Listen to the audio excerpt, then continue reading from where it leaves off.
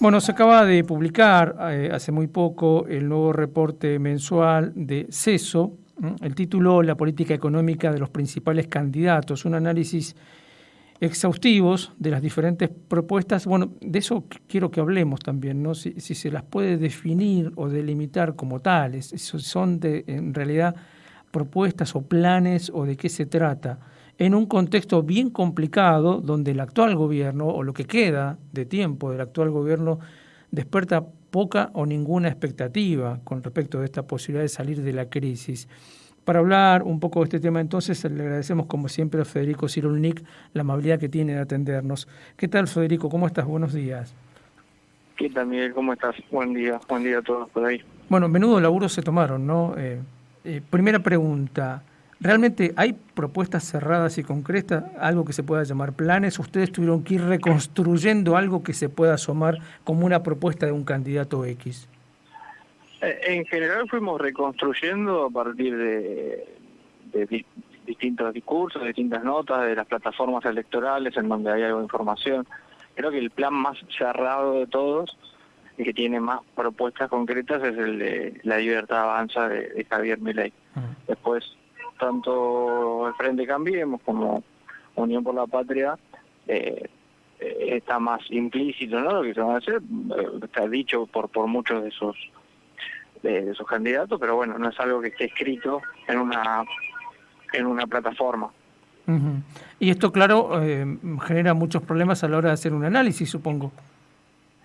En principio sí, obviamente sería más claro, ¿no? Que esto esté escrito para que el electorado sepa a futuro con qué se va a encontrar, pero hay, las propuestas, por lo menos a modo de título, están, los candidatos las mencionan, ¿no? Uh-huh. Por ejemplo, el Frente Cambiemos habla de llevar adelante un ajuste del gasto, una reforma previsional, eso está escrito, está dicho por sus propios candidatos, ¿no? Uh-huh. Empecemos por ahí, entonces, ya que lo mencionabas. ¿La gran estrella de las propuestas es otra vez el ajuste?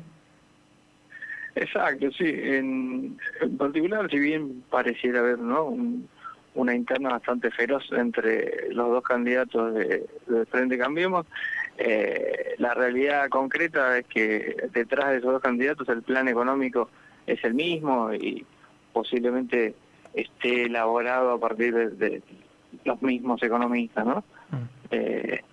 Como decía vos, sí, una de las variables clave, ¿no?, es el ajuste del gasto público, lo que se llama modernización del Estado, que no es otra cosa que achicar el Estado, tanto en términos de ministerio como en términos de personal del Estado, ¿no?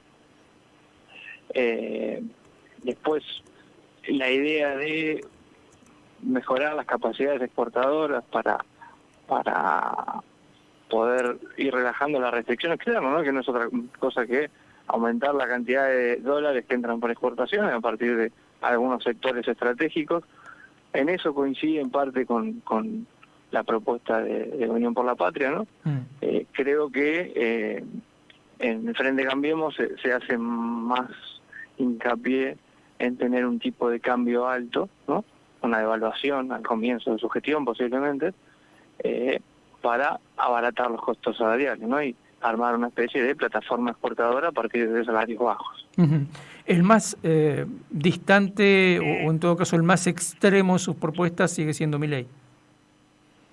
Exacto. Milei ya no solo habla de una mega devaluación al comienzo de su gestión, sino también de llevar adelante su plan de dolarización, ¿no?, que bueno, ya hemos hablado mucho sobre el tema. Uh-huh. Puntualmente, ¿qué sabor les deja a ustedes como estudiosos, como analistas, encontrarse con este mapa, ¿no?, y en la situación además del contexto en el que estamos, final del gobierno de Fernández y sin mucha luz al final del túnel? Bueno, en primer lugar, nosotros vimos que una vez que cerraron las alianzas, ¿no?, Unión por la Patria se inclinó por el candidato más moderado dentro de los potenciales candidatos que tenía hace un mes atrás, que tiene más cercanía con lo que se conoce como el establishment, ¿no? Uh-huh. Las grandes corporaciones, cercanía a algunos personajes de Washington, de Wall Street, que eso en este momento puede ser una ventaja pensando en tratar de llegar a agosto o a octubre, ¿no?, de manera relativamente tranquila. Otra alternativa podría haber terminado con mayores presiones y una inestabilidad mucho mayor. Ujú. Habrá que ver, en caso de que sea electo, ¿no?, en caso de ganar, qué es lo que sucede, cómo se desenvuelve eso y cómo se desenvuelven las ficciones con la otra parte importante que representa Unión por la Patria, que es el kirchnerismo, que en esta elección, o al menos, no sé si sus dirigentes, pero seguramente muchos de sus votantes se ven más representados por la candidatura de Grabois, ¿no? Tal cual, tal cual. Para cerrar, a modo quizá también ustedes lo habrán encontrado el dato, quizá el blanco favorito de ambas propuestas siguió siendo Milei, digamos, y su postura con respecto de las divisas, con respecto de la devaluación, por ejemplo. Sí, yo creo que sí, pero me da la sensación que a medida que van pasando las elecciones provinciales y que Milei se empieza a desinflar como fenómeno y como candidato, la polarización entre Unión por la Patria y Cambiemos va a volver. De hecho ya va volviendo de a poco, me parece. Claro. Fue un fenómeno que parecía ser más importante de lo que parece que va a terminar siendo. Claro, el pronóstico de 3/3 se transforma ahora en una polarización tal cual lo está planteando. Como viene siendo en las últimas elecciones, tal cual. Tal cual. Federico, como siempre te agradecemos enormemente tu amabilidad de atendernos.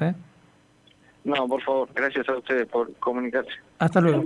Federico Cirulnik, que estaba charlando con nosotros, él es parte del equipo de CESO, el Centro de Estudios Económicos y Sociales Scalabrini Ortiz, que acaban de publicar un reporte más que interesante sobre qué está proponiendo cada uno de los partidos o de las coaliciones políticas en esta disputa de cara a las próximas elecciones, ¿no?